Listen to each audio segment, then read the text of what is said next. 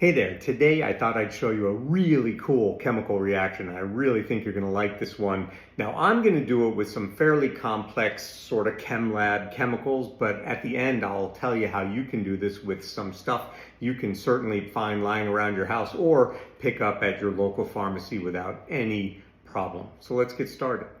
First thing I've got going here is just a beaker of water. And to that water, I'm going to add a little bit more water and some starch solution. And just give that a little mix up. To this solution, I'm now just going to add some sodium metabisulfite.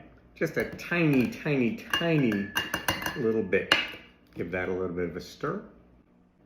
Now we're just going to add a tiny little bit of sulfuric acid. Now I told you, these chemicals will not be necessary when you try this at home. We can do this with much easier to find chemicals.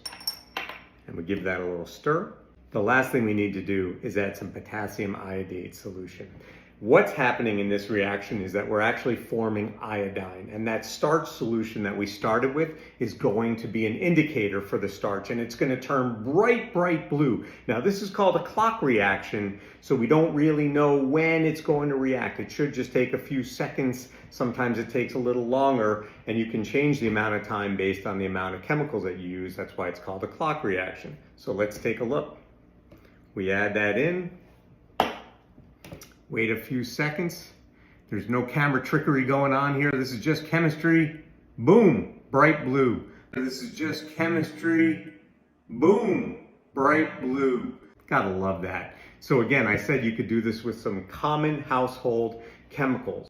And I'll give you the exact amounts that you need to use, but you need water and vitamin C and some tincture of iodine and some basic hydrogen peroxide that you can buy again in the pharmacy and some cornstarch. So check it out. Hope you enjoyed that. That's called the iodine clock reaction. Have a great day.